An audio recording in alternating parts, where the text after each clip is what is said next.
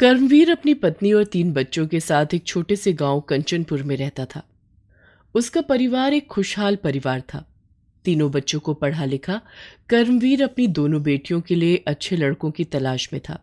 कर्मवीर की दोनों बेटियां जया और दुर्गा दोनों ही बहुत सुंदर और गुणवान लड़कियां थीं और उनका एक भाई वैभव था। तीनों बहन भाइयों में आपस में बहुत प्यार था। इतने बड़े होने के बाद आज भी उन लोगों के बीच लड़ाई झगड़े प्यार सब चलता था और कल दोनों बहनों को देखने के लिए कोई आने वाले थे। वैभव की माँ। अरे ओ वैभव की माँ, ले सारा सामान पकड़ और किसी चीज की कमी तो नहीं रह गई।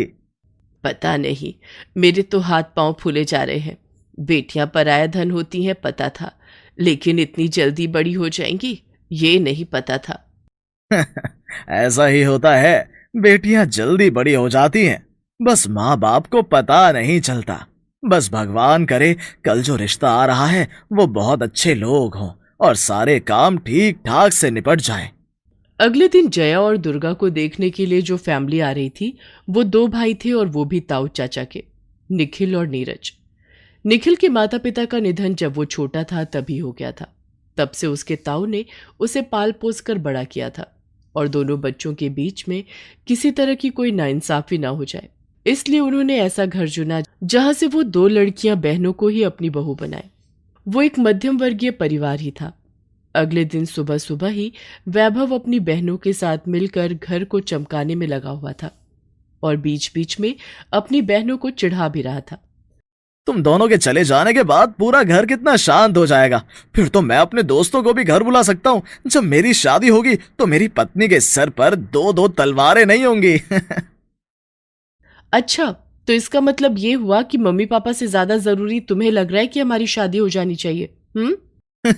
और नहीं तो क्या, बिल्कुल मुझे ऐसा ही लग रहा है, वरना तो तुम दोनों मुझे बैठने कहाँ देती हो। कभी कोई काम बताता है, कभी कोई काम बताता है। तुम दोनों के जाने के बाद कोई मुझे काम नहीं बताएगा। उन लोगों की आपस की नोकझोंक चल ही रही थी कि तभी वैभव की माँ दोनों लड़कियों को तैयार होने का बोलती हैं। लड़के वाले आ जाते हैं तो जलपान करने के बाद में आपस में देखने दिखाने की रस्म होती है। जया के लिए निखिल और दुर्गा के लिए नीरज का रिश्ता तय हो जाता है और 2-3 महीने बाद बड़ी धूमधाम से दोनों बहनों की शादी कर दी जाती है। शादी के समय वैभव अपनी बहनों से गले लगकर बहुत रोता है। शादी के बाद दोनों बहनें अपने ससुराल में खुशी खुशी अपना जीवन शुरू करती हैं। सब कुछ अच्छा चल रहा था। शादी के बाद निखिल नीरज भी अपने अपने काम में मशरूफ हो जाते हैं। निखिल अपने ताऊ से परमिशन लेने के बाद अपना एक रेडीमेड कपड़ों का काम शुरू करता है और नीरज अपने ऑफिस में ही जॉब करके खुश था। धीरे धीरे निखिल की मेहनत रंग लाती है और 4 साल के अंदर ही उसकी एक अच्छी दुकान बन जाती है। इसी बीच दोनों भाई निखिल एक बेटी का और नीरज एक बेटे का बाप बन जाता है। निखिल और जया कभी कभी बीच बीच में अपने ताऊ के घर आते रहते थे। सुनो नीरज, तुम भी क्यों नहीं निखिल जीजा जी की तरह कोई व्यापार कर लेते हो? देखो तो उनकी कितनी तरक्की हो गई है। इस बार जब वो लोग आए तो अपनी नई गाड़ी लेकर आए थे। अब देखो, उन्होंने अपनी बेटी को अभी से ही सोने की चेन बाली और कंगन पहना रखे थे और एक हम लोग हैं, इस छोटी सी तनख्वाह में गुजारा कर रहे हैं। मैं ये नहीं कह रही कि मैं उनसे चिढ़ गई हूँ या मुझे अमीर होना है, लेकिन हमें भी थोड़ा सोचना चाहिए। तुम बहुत अच्छी हो, मुझे पता है। तुम अपनी बहन से कभी नहीं चिढ़ सकती, लेकिन दुर्गा मैं क्या करूं? हर किसी को हर किसी चीज की नॉलेज नहीं होती। मुझे व्यापार की जरा भी नॉलेज नहीं है। कहीं ऐसा ना हो उसके चक्कर में मैं अपनी जॉब से भी हाथ धो बैठूं। इसलिए जो है हमें अब उसी में ही सब्र करना होगा। और रही बेटे की पढ़ाई की तो तुम उसकी फिक्र मत करो, इतनी सेविंग है मेरे पास। राखी का त्योहार आने वाला था। दोनों बहनें अपने घर जाने की तैयारियों में लगी हुई थी। जया वैसे तो बहुत अच्छी थी, लेकिन पैसा आने के बाद उसके हाव भाव बदल गए। थोड़ा दिखावा उसके अंदर आ गया। उसे अच्छा लगने लगा जब लोग बाग उसके अमीर होने की तारीफ करते हैं। हर साल दोनों बहनें साथ जाकर ही राखी बांधती थी। इस बारी पहली बार ऐसा होता है कि जया शहर से आ रही थी और दुर्गा अपने ससुराल से। राखी वाले दिन मायके में जया दुर्गा से पहले पहुंच जाती है।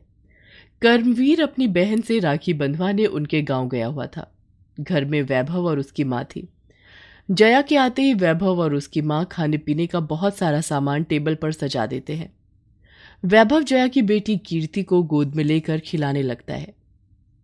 वैभव देख भाई, इस बार मैं तेरे लिए सोने की राखी लाई हूं।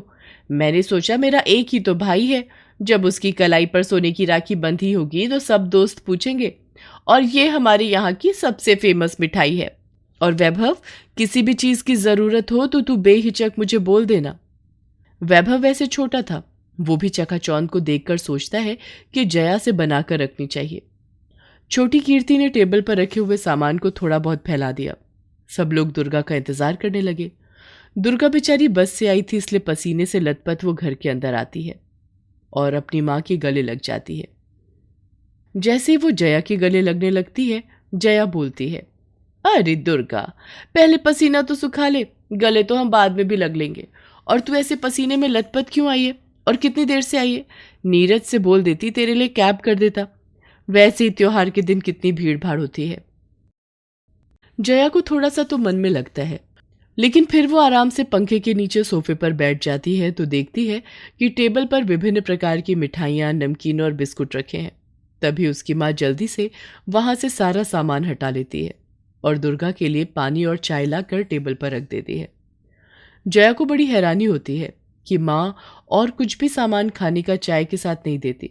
वो अपने बेटे को अपने बैग से बिस्कुट का पैकेट निकालकर जब पकड़ाती है तो उसकी माँ कहती है, अरे रुक, मैं लेकर आती हूँ नमकीन बिस्किट। फिर दोनों बहनें अपने भाई वैभव का तिलक करती हैं।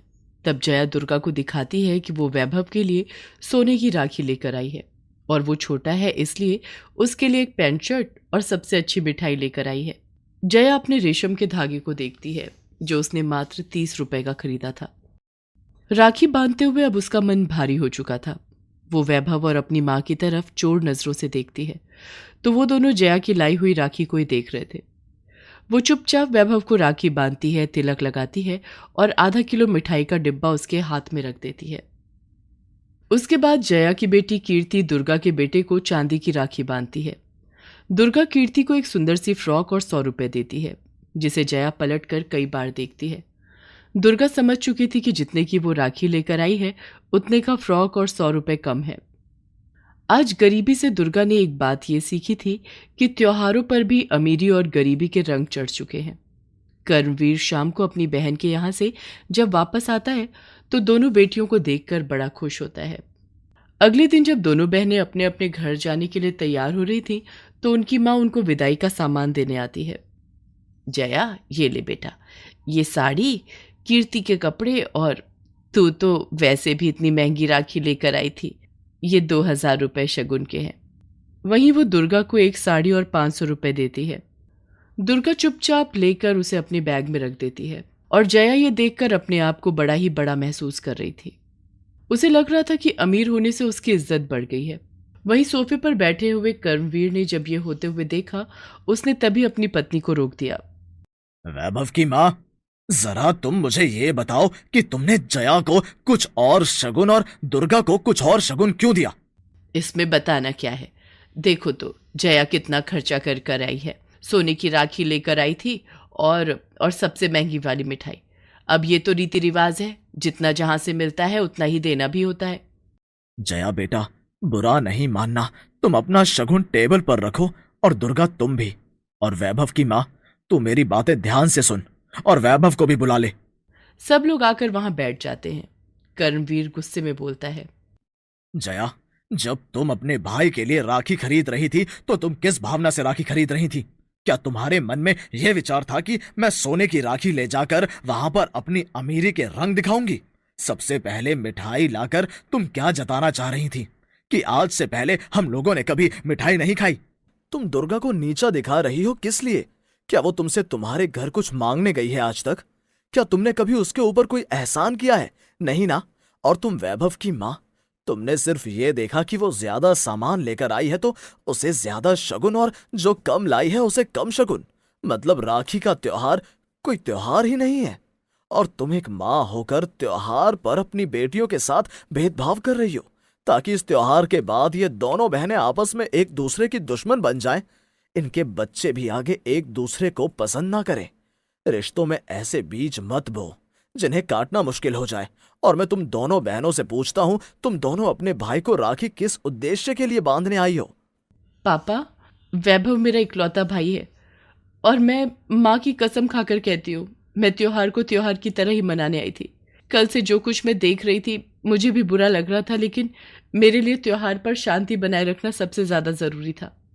जया के पास कोई जवाब ही नहीं था। उसे तब एहसास होता है कि हाँ, उससे गलती हो गई है। जया बेटा, बुरा नहीं मानना।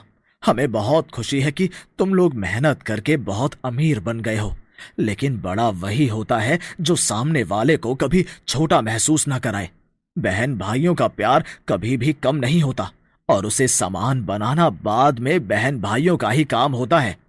सॉरी पापा, मुझसे गलती हो गई। मैं प्रॉमिस करती हूँ आगे से कभी आपको शिकायत का मौका नहीं दूंगी। और मेरी बहन दुर्गा, तुम भी मुझे माफ कर दो। मैंने तुम्हारा दिल दुखाया। फिर सब लोग मिलकर आपस में एक दूसरे से माफी मांगते हैं और साथ बैठकर चाय पीते हैं।